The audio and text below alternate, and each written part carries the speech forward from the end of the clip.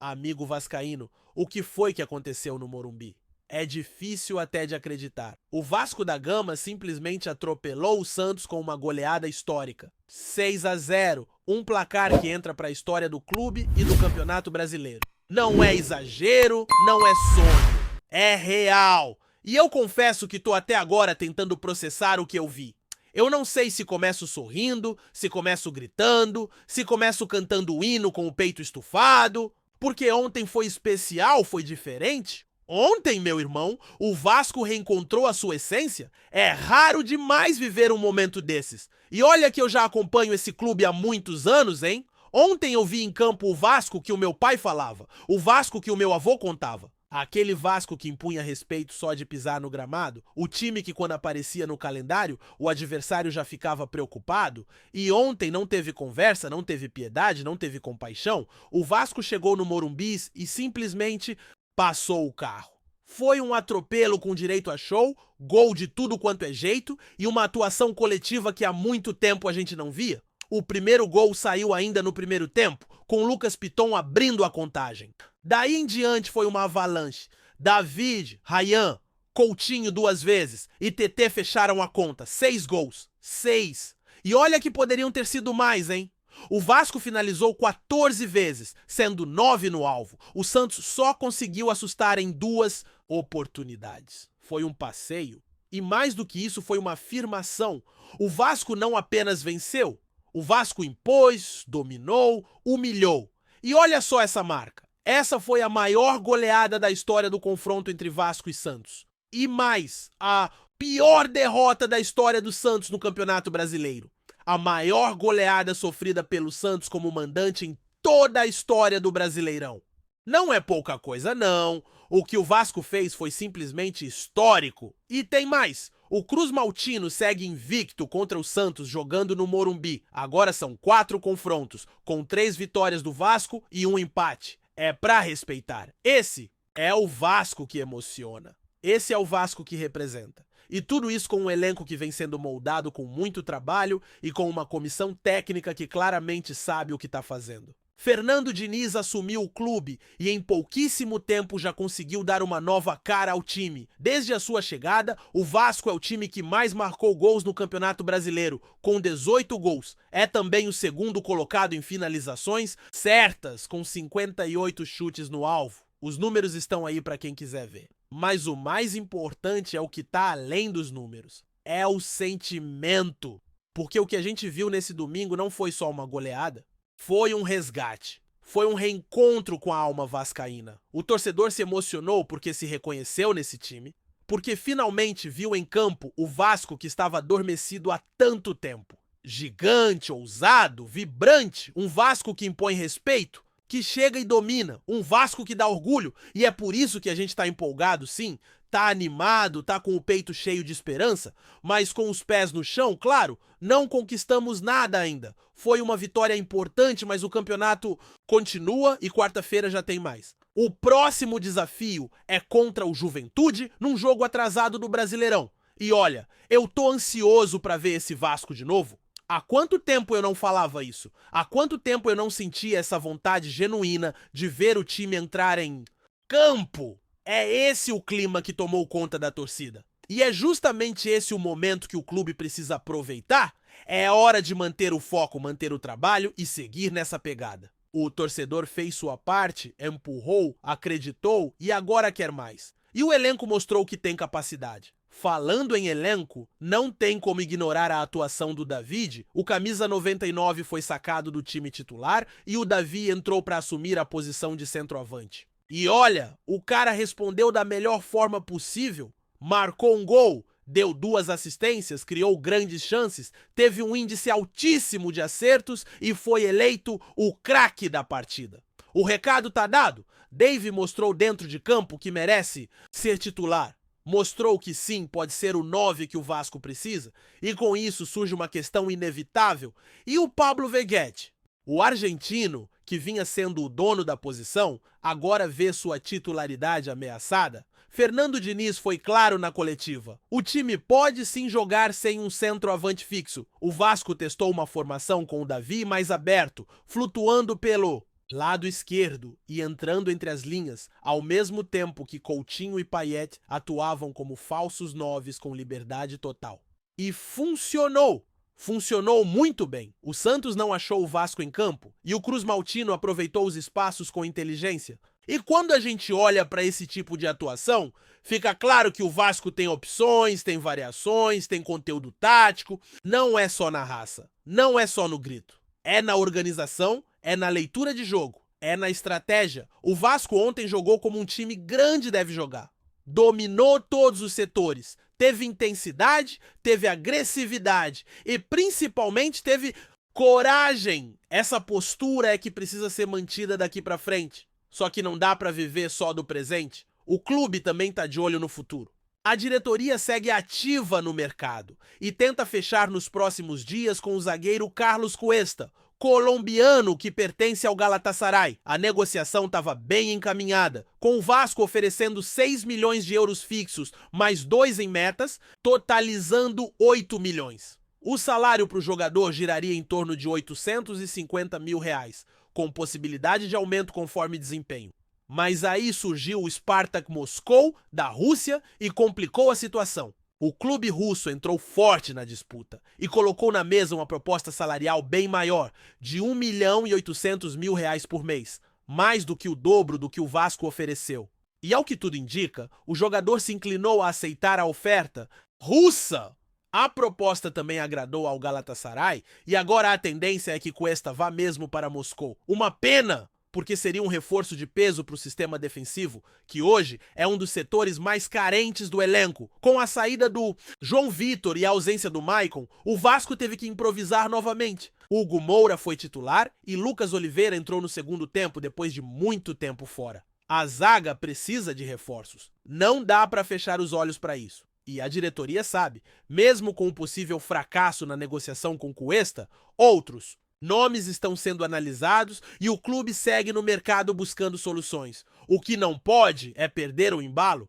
Outro que pode pintar nos próximos dias é o colombiano Andrés Gomes, atacante de lado que já tem acordo fechado com o Vasco e pode até estar disponível para o jogo contra o Juventude. Uma chegada importante para dar ainda mais profundidade ao elenco e oferecer novas opções ofensivas para o Diniz. E é isso, o Vasco vai se reforçando, vai se ajustando e, mais importante, vai se reencontrando com sua identidade. E se a fase já é boa, se a torcida tá feliz com o que viu no Morumbi, imagina se o time embala. Quarta tem Juventude, domingo tem Corinthians em São Januário e na outra semana tem clássico decisivo contra o Botafogo pela Copa do Brasil. Uma sequência pesada, desafiadora, mas que chega num momento favorável. E a pergunta que eu te faço é a seguinte: com esse futebol que o Vasco vem apresentando, dá pra ter medo de alguém? Dá pra olhar pro Botafogo e recuar? Pra mim não dá. Se o Vasco mantiver esse nível de atuação, se o time continuar com essa entrega, com essa organização e com essa alma, vai dar trabalho pra qualquer um. É um novo momento, um novo clima. A torcida sente, o elenco responde e o técnico comanda. Diniz, inclusive, foi ovacionado em São Januário e com razão. O que ele fez em tão pouco tempo é digno de aplauso. O Vasco joga com identidade, com coragem e com confiança. Isso é reflexo direto do trabalho do treinador. E olha, não é exagero dizer que o Vasco vive hoje um dos seus melhores momentos nos últimos anos. É claro que tudo pode mudar rapidamente no futebol, mas o que fica da goleada contra o Santos é um sentimento de pertencimento, de orgulho, de emoção verdadeira. E é isso que alimenta o torcedor, que faz a arquibancada pulsar, que faz cada jogo ser um evento. Porque o Vasco é isso, é paixão, é história, é luta. E depois de tanto tempo vivendo na sombra, vendo o time ser motivo de chacota, ontem a gente pôde gritar com força, com verdade, com razão: aqui é Vasco. Ontem a gente não viu só uma vitória, a gente viu um manifesto, a gente viu o gigante despertar. E se ontem foi o dia em que o Vasco voltou a ser o Vasco, hoje é o dia de respirar fundo e entender o tamanho do desafio que vem pela frente. Porque se tem uma coisa que o torcedor vascaíno aprendeu nos últimos anos, é que empolgação demais sem responsabilidade não leva a lugar nenhum. E o próprio técnico Fernando Diniz falou isso de maneira bem direta após a partida. Não, é sobre um placar, não é sobre um jogo. É sobre o processo, é sobre o trabalho que está sendo construído dia após dia, treino após treino, e ontem foi apenas a colheita de uma pequena parte desse esforço. Diniz foi muito claro ao dizer que não é o resultado que define o trabalho, e sim o desempenho consistente. E ele até citou partidas em que o Vasco jogou bem, mas a bola não entrou. Contra o Grêmio, por exemplo, o time poderia ter goleado. Contra o Internacional também. Contra o Atlético Mineiro, mesma coisa. As chances foram criadas, a posse foi dominada, mas faltou a bola na rede. E ontem, ao contrário, tudo fluiu. Foi o tipo de jogo em que tudo dá certo. Mas isso não veio do nada. Veio de um grupo que não se abateu com os maus resultados, que não se escondeu, que continuou trabalhando mesmo quando parecia que nada ia dar certo. E isso é mérito. E talvez o maior mérito de todos seja essa postura que o Vasco tem mostrado com o Diniz. Intensidade, coragem, verticalidade e inteligência tática. Não é só correr. É correr certo. É se posicionar bem, é saber o momento de acelerar e o momento de segurar. E ontem, em cada jogada, a gente viu isso. O Vasco soube atrair o Santos para dentro da armadilha e quando recuperava a bola, saía com uma velocidade absurda. Era toque, movimentação, infiltração, Coutinho flutuando como nunca, David atacando o espaço, Ryan com aquela maturidade rara para a idade, TT entrando com fome. Um time que soube se adaptar, que soube aproveitar os erros do adversário e transformar cada detalhe em vantagem. E isso não acontece sem treino, não acontece sem comando. Esse time que jogou ontem não é só talento, é repetição, é confiança, é saber que cada peça tem uma função dentro do sistema. E aí entra uma outra discussão que vale muito a pena levantar, o papel do elenco nesse momento. Porque vamos combinar, por mais que a torcida goste de nomes como o Vegete, por exemplo, é impossível ignorar o que o David fez em campo. Ele entrou, assumiu a responsabilidade e entregou um desempenho de líder técnico. Aquelas atuações que não deixam margem para dúvida, e é justamente aí que começa a esquentar a briga por posição. Pablo Vegete vinha sendo titular absoluto, ídolo recente, nome forte no elenco. Mas hoje, depois do que o David fez, fica difícil não pensar numa mudança definitiva. E Diniz, com toda a sua experiência, já deixou no ar que não tem essa de nome garantido. Quem joga é quem entrega, quem resolve. E o futebol não perdoa a zona de conforto. Se o David estiver melhor, ele vai ser titular e ponto. Mas isso também é ótimo para o elenco, porque gera competitividade. Tira o time daquela inércia de sempre depender dos mesmos. Mostra que tem gente no banco pronta para decidir. E é isso que faz um grupo crescer. O Vasco ontem mostrou que tem banco, que tem variação tática e principalmente que tem opções para mudar o jogo. Porque não é só sobre escalar os 11, é sobre ter um plano B, um plano C e saber como aplicá-los com eficiência. Agora, olhando para frente, o Vasco tem uma maratona. Juventude na quarta, Corinthians no domingo e logo depois o Botafogo pela Copa do Brasil. É jogo grande atrás de jogo grande. E o elenco vai precisar mostrar que tem perna, que tem cabeça e que tem maturidade para sustentar esse bom momento. Não adianta nada atropelar o Santos e tropeçar no Juventude. A consistência é o que transforma um bom momento em uma grande temporada. E não podemos esquecer que o Juventude está em busca de pontos, jogando em casa, com torcida empurrando e um estilo de jogo que prioriza intensidade e marcação forte. Não vai ser moleza. O Vasco vai precisar mostrar a mesma concentração que teve no Morumbi.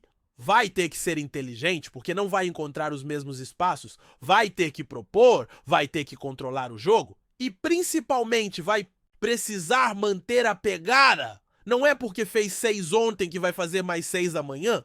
O respeito ao adversário tem que ser proporcional à responsabilidade de vestir essa camisa. Diniz já sabe disso, já deixou claro que não vai cair na armadilha da empolgação desenfreada. E o elenco parece estar na mesma vibe. Até os próprios jogadores, nas entrevistas pós-jogo, foram equilibrados. Celebraram a vitória, claro, mas deixaram claro que ainda tem muito a evoluir, muito a conquistar. E é esse discurso que mostra que o Vasco hoje tem uma mentalidade diferente, de grupo, de time que quer crescer. Mas é claro que nem tudo são flores. A janela de transferências ainda está em aberto e algumas carências são visíveis. A zaga, por exemplo, continua sendo um setor de preocupação. A saída do João Vitor escancarou essa fragilidade. Hugo Moura teve que ser improvisado, Lucas Oliveira voltou depois de meses parado e Maicon ficou no Rio, sem condições físicas. Não dá para encarar um Brasileirão e uma Copa do Brasil com essa instabilidade. É urgente trazer um zagueiro de qualidade,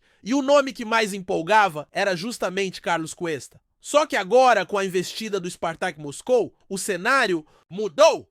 O clube russo chegou forte, com mais dinheiro, com salário maior e conseguiu seduzir o jogador. E mesmo com o Vasco tendo um acordo verbal com o Galatasaray, a tendência agora é que Cuesta vá para a Rússia. É frustrante, sim, mas faz parte. O mercado é dinâmico e, infelizmente, o fator financeiro pesa muito. O Vasco fez o possível, chegou a um número alto dentro da sua realidade. Mas não dá para competir com quem oferece quase o dobro de salário. E isso não pode virar drama. Tem que virar motivação para buscar alternativas à altura. O importante é que o clube se mostra ativo, presente, com gente trabalhando na linha de frente. Admar Lopes, o diretor executivo, tá na Turquia. Isso mostra que o Vasco não tá de braços cruzados. A missão era fechar com o Cuesta, mas o trabalho continua com outros alvos sendo analisados. O objetivo é, claro, reforçar o sistema defensivo o quanto antes. E precisa, porque a temporada é longa e as ambições são grandes.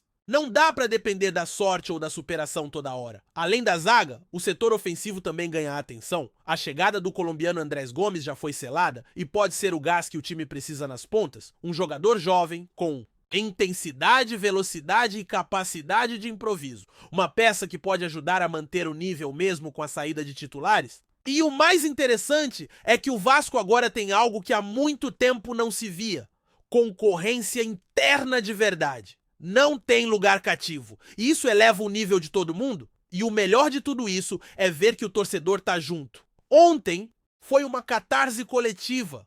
Muita gente chorou, gritou, vibrou como há muito tempo não fazia. E não é só por causa do placar, é pelo que esse placar representa. Porque a gente sabe que o torcedor do Vasco não é movido só à vitória, é movido à identidade. O que ele quer ver é um time que honra a camisa, que representa a história, que luta como lutava o Vasco das grandes conquistas. E ontem, por 90 minutos, isso tudo apareceu de novo. Foi como abrir uma janela para o passado e enxergar que o futuro pode sim ser grandioso outra vez. É difícil até de explicar o que foi sentir aquilo, porque quem viveu os anos duros, quem viu o Vasco sendo rebaixado, perdendo clássicos, sendo tratado como piada, sabe o quanto cada vitória como essa tem um gosto diferente.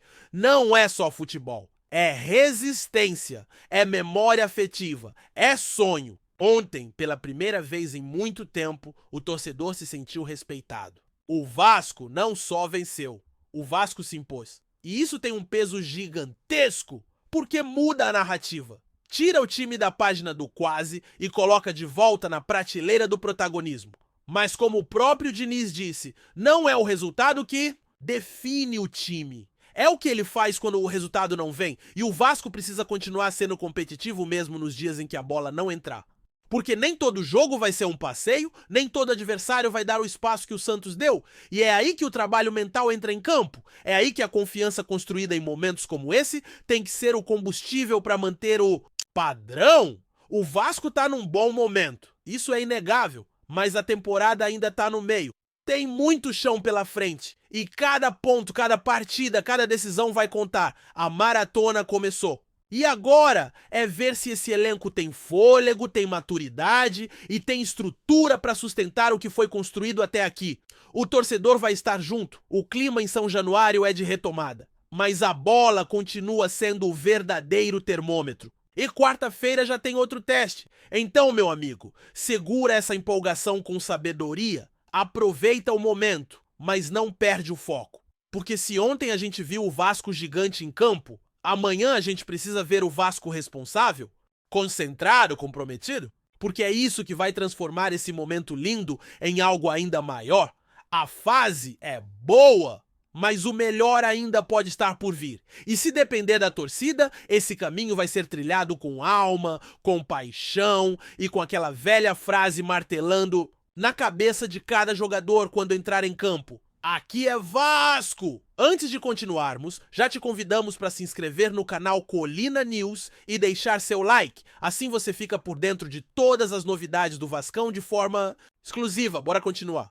O burburinho começou a ganhar força ontem à noite, quando fontes próximas ao clube confirmaram que Jean Onana estaria prestes a assinar contrato com o Vasco da Gama. O volante camaronês, que vem se destacando em competições internacionais e em clubes europeus de médio porte, chega com a promessa de transformar o meio-campo cruz-maltino em uma força mais consistente e criativa. Internamente, a diretoria do Vasco teria apostado no jogador como peça-chave para equilibrar a equipe, trazendo não apenas resistência física, mas também inteligência tática, algo que faltava em momentos cruciais da última temporada. Torcedores já se aglomeram em redes sociais, discutindo sobre como Onana pode se encaixar ao lado de nomes já consolidados e até sugerindo mudanças estratégicas no esquema do técnico. Alguns especialistas apontam que o jogador pode atuar em várias funções dentro do meio-campo, desde a contenção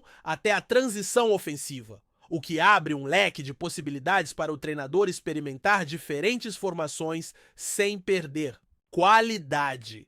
O clima nos bastidores do clube é de otimismo contido, misturado à expectativa de que essa contratação possa simbolizar uma nova fase, com investimento em jovens talentos e reforços estratégicos que podem colocar o Vasco novamente em destaque no cenário nacional. A chegada de Onana, portanto, não é apenas um movimento isolado, mas parte de um plano maior que visa equilibrar experiência e juventude, buscando resultados imediatos sem comprometer o futuro do clube. Segundo rumores internos que começaram a circular em grupos fechados de torcedores e jornalistas especializados, a negociação por Jean Onana teria passado por etapas intensas de avaliação, tanto do lado europeu quanto do próprio Vasco, que estudou minuciosamente o perfil do atleta antes de qualquer aceno formal. O volante camaronês, de acordo com informações não oficiais,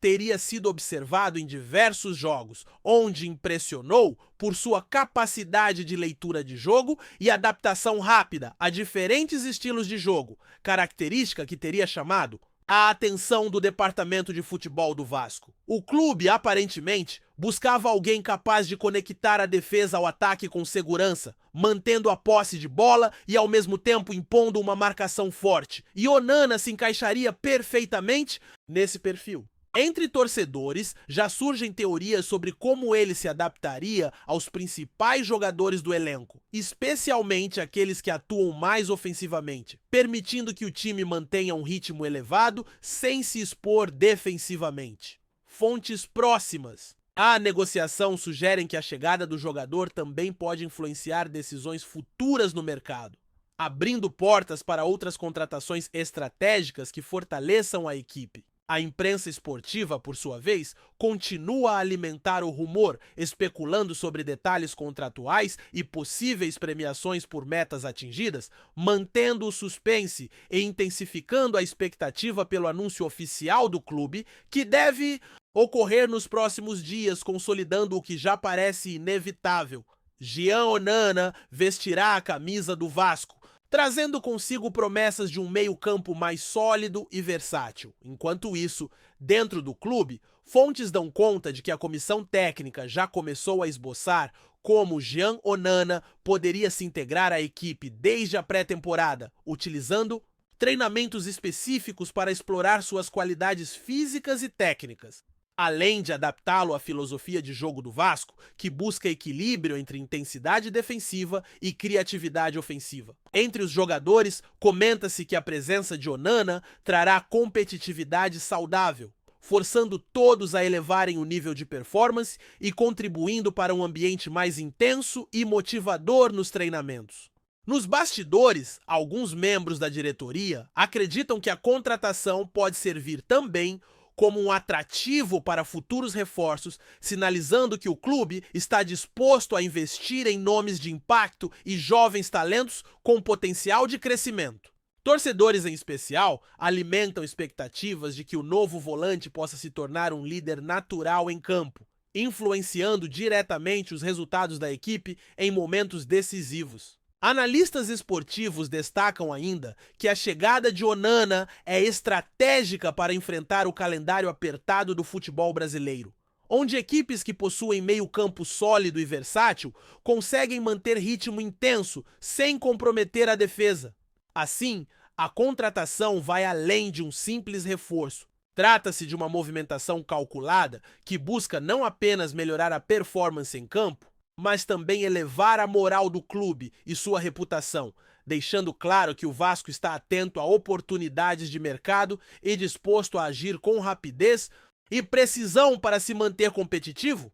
A repercussão nas redes sociais também não passa despercebida, com torcedores compartilhando rumores sobre possíveis salários, premiações e até curiosidades sobre a carreira de Jean Onana, reforçando o clima de expectativa e ansiedade pelo anúncio oficial. Algumas páginas e perfis especializados começaram a publicar comparações entre o jogador e ídolos recentes do Vasco, tentando prever seu impacto no estilo de jogo do time, enquanto fóruns e grupos de discussão fervilham com debates sobre a melhor posição para o volante e como ele poderá contribuir em partidas-chave da temporada. Jornalistas esportivos próximos ao clube afirmam que há uma preocupação em não expor a negociação antes do momento certo, para evitar pressão desnecessária sobre o atleta e permitir que sua adaptação seja feita de forma tranquila, mas ao mesmo tempo alimentam o burburinho de forma calculada, mantendo a atenção do público. A expectativa é que a chegada de Onana possa gerar não apenas resultados dentro de campo, mas também aumento de engajamento e visibilidade para o Vasco, tanto nacional quanto internacionalmente. Além disso, especula-se que a diretoria está considerando estratégias de marketing e ações promocionais envolvendo o jogador, criando uma narrativa que conecte sua chegada com o renascimento do meio-campo e com a ambição do clube em voltar a disputar títulos expressivos.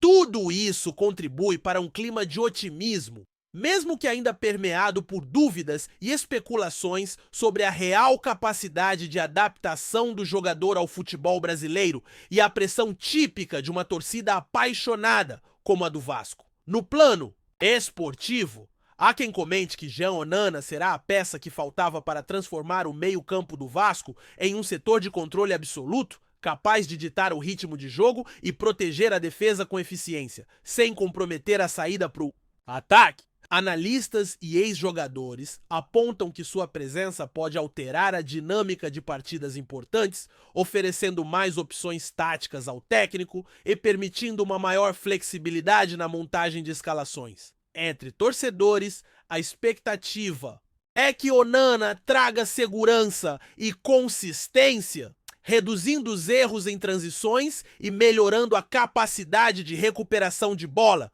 fatores que foram deficitários na temporada passada. Nos bastidores, comenta-se ainda sobre o impacto psicológico positivo que um reforço desse nível pode gerar no elenco, motivando jogadores e aumentando o compromisso com treinamentos e partidas, além de sinalizar para rivais e possíveis contratantes que o Vasco está determinado a voltar a disputar títulos de relevância. O clima, portanto, é de uma mistura de otimismo e cautela, com todos atentos à adaptação do jogador e ao efeito que ele terá na integração com o restante da equipe, sabendo que uma contratação estratégica como essa envolve mais do que apenas talento técnico, mas também entrosamento, disciplina tática e compreensão do contexto do clube. A expectativa, portanto, é que Jean Onana não apenas fortaleça o meio-campo, mas se torne símbolo de um período de renovação e ambição que a diretoria do Vasco quer consolidar rapidamente,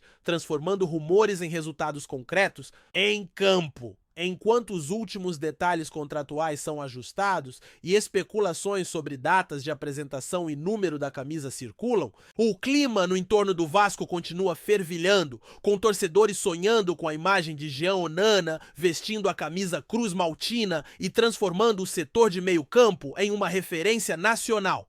A movimentação da diretoria sugere que a contratação é estratégica, visando não apenas reforço imediato, mas também sinalização de força e planejamento a longo prazo. Entre os comentaristas esportivos, há quem acredite que Onana poderá se tornar referência técnica e liderança dentro de campo, influenciando o desempenho coletivo e moldando o estilo de jogo do Vasco nas próximas temporadas. Além disso, rumores indicam que a diretoria pensa em ações integradas de marketing e engajamento com a torcida, aproveitando a chegada do volante para reforçar a identidade do clube e criar uma narrativa de reerguimento e ambição. A expectativa, portanto, não é apenas esportiva, mas também simbólica. Onana representa uma aposta de qualidade, inteligência tática e consistência física, elementos que podem elevar o Vasco a um patamar mais competitivo no cenário nacional.